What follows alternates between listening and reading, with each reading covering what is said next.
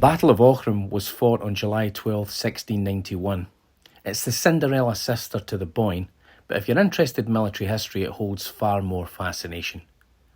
On that day, 330 years ago, two experienced armies of similar size faced each other west of Athlone and decided the future of Britain, Ireland, and much of the rest of the world. The battle is known for posterity as Bloody Aughrim.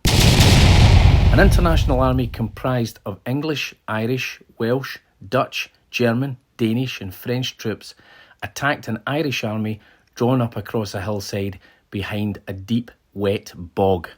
The commander of the Williamites was Godard van Reda, Heer van Ginkel, a cautious commander, nervous of throwing away the hard-won gains of 2 tortuous years of campaigning, but determined to deliver his king a victory.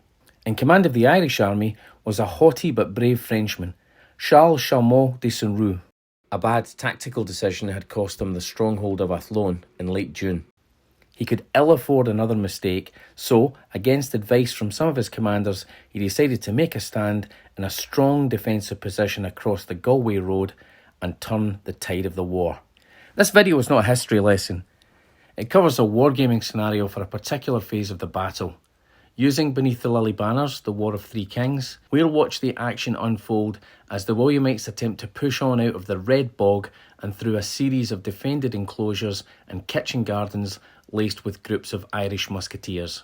The objective of the battle is to clear the entire area of Irish resistance by turn 8, or, from the Irish perspective, to hold the enemy with their toes in the Red Bog. The scenario is from foreplay pack number 28, In Hoc Signo Vinces, dealing with the Battle of Aughrim. The table is 4 feet by 4 feet. The game is regimental scale.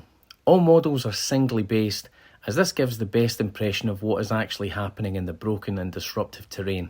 The model to man ratio was somewhere between 1:8 and 1:10, meaning a group of 6 models, a stand in BLB terms, represents a company of about 45 to 60 men.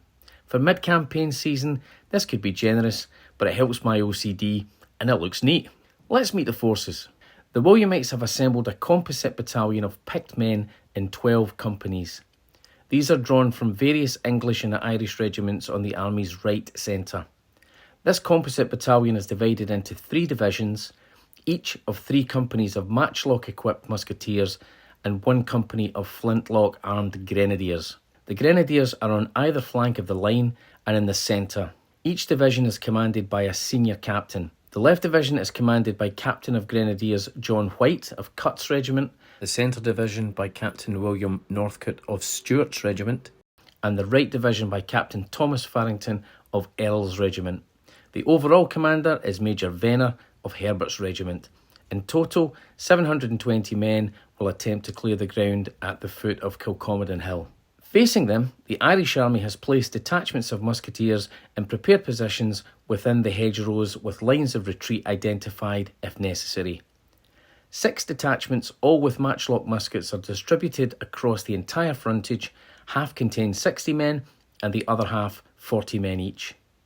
These picked men are from various regiments and have been chosen for their skill with a long arm.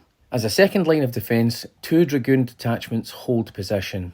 These are each of around 100 men, one group drawn from Maxwell's regiment, the other from Clifford's. 2 officers have been given split responsibility for the front line.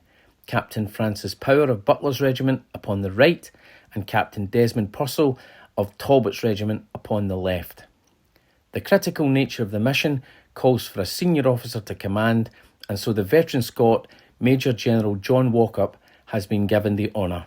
As a last line of defence, a detachment of 60 musketeers from the 1st Battalion of the King's Regiment has been positioned in the rear. These veterans are equipped with flintlock muskets.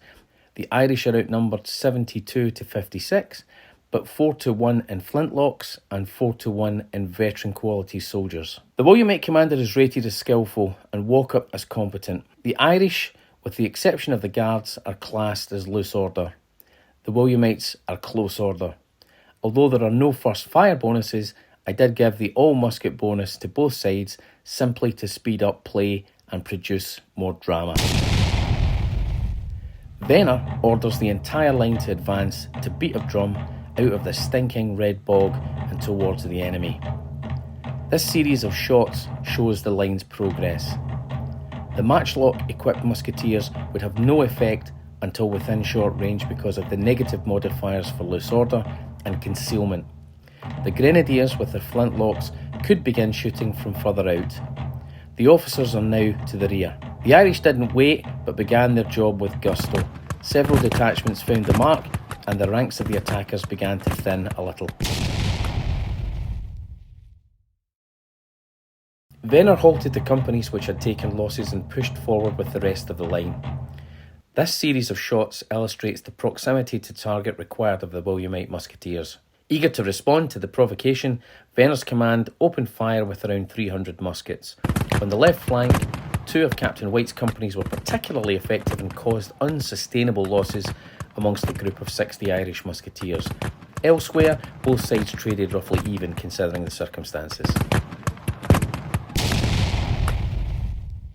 Rather than reduce the enemy by attrition, Venner's captains ordered several companies to attack with bayonet, butt and grenades. 1 grenadier and 3 musketeer companies did their duty without hesitation. On the left, the position was taken without a fight as the dazed survivors took to their heels through the preordained escape paths. A central group also hastily abandoned their station, preferring not to face the fury of the English attack. The third group held on, but only just, and met the charge. On Venner's right, a fourth group also panicked its opposition into abandoning the first line of defence. The nervous Irish who decided to stand and fight overcame their reservations, and in a protracted scrap both sides fought to a standstill, with the Irish retiring in relatively good order, whilst their opponents fled back towards the Red Bog in a less dignified manner. Thus far, Venner was content with the progress and the predictable crumbling of the enemy's first fragile line of defence. His companies were in the enclosures and the going should get progressively easier. Captain White had obviously learned his trade well under the fire eater John Cutts. Following up his initial success, he ordered musketeers to clear a second line position of Irish, which was now under the direct command of Captain Francis Power, an altogether different kettle of fish. On the far right, confident that the rabble would flee before his heroes, Captain Farrington ordered his grenadiers raise a cheer for King William and fall on. Awaiting them was a storm of musketry which sent the terrified remaining dozen or so swimming in the Red Bog. Erin go bragh. Walkup had spotted a potential breakthrough in the centre and ordered the guards to brace Maxwell's dragoons. They arrived just in time. The combined fire of both units cut Captain Northcote's grenadiers to shreds, with barely 10 making it out from the cauldron. A hasty attack on Captain Power's position was smartly rebuffed, and the English musketeers broke on the defences and fled back towards the Red Bog. Incensed by the obstacle to his progress, White ordered a second attack on Power's position, but the men refused and fled after their comrades. Major Venner had his hands full trying to rally the first group as the second sped by. Despite these setbacks on the right, progress was being made and fresh troops were being brought up to consolidate the gains all along the line. Walkup, though, was reasonably satisfied that his men were making a fight of it and that for now the line appeared cohesive. The first Williamites had penetrated deep into the position, mopping up small, disorientated groups of Irish survivors and bringing the firelocks of Clifford's dragoons into action as the first hats peeked over the hedgerows. This was a turn mostly of movement and consolidation, although the career of the aspiring Major Venner came to an abrupt termination when he was carried away into the Red Bog by a group of fleeing musketeers who not only unhorsed their commander, but robbed him to boot. Command devolved to the 3 captains on point. Fire poured in against Power's company from over 100 muskets, but they stood their ground, although in diminishing number. Elsewhere, the 3 captains tried to nudge up additional support for a final push. Walkup's officers had not been idle. Captain Purcell had pulled together some fleeing musketeers to the flank of Clifford's dragoons, and 50 guards stood resolute in the centre, thwarting any progress west through the road running up from the bog edge. Power and his men were a huge impediment to the final coordinated attack by around 500, which might have carried the position. His little command, now down to 30 effectives, was holding up nearly 5 times their number and preventing Captain White bringing his muskets in a consolidated fashion on the guards and Maxwell's dragoons. Finally, the last of Power's men fell and he was hit, It was a 6. What was the outcome? A glorious death? Ignominy? Not a bit of it. The ball went through his hat, bounced off his secret, and he lived to be a true son of Mars and make it back to the safety of the Guards detachment. Many of the English companies were now barely operational, and it was clear even to the gung-ho triumvirate of captains that to press on would result in disaster. It was even possible that the Irish now had a numerical advantage. The attack was called off. A little sting in the tail was added by a cheeky bunch of Limerick lads who had seen off Farrington's grenadiers. They snuck round behind the enemy and poured a valedictory few rounds up their cartridge pouches.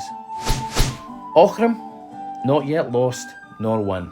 This game took about 70 minutes to play. If you enjoyed the video, please like it and subscribe to the channel. See you next time.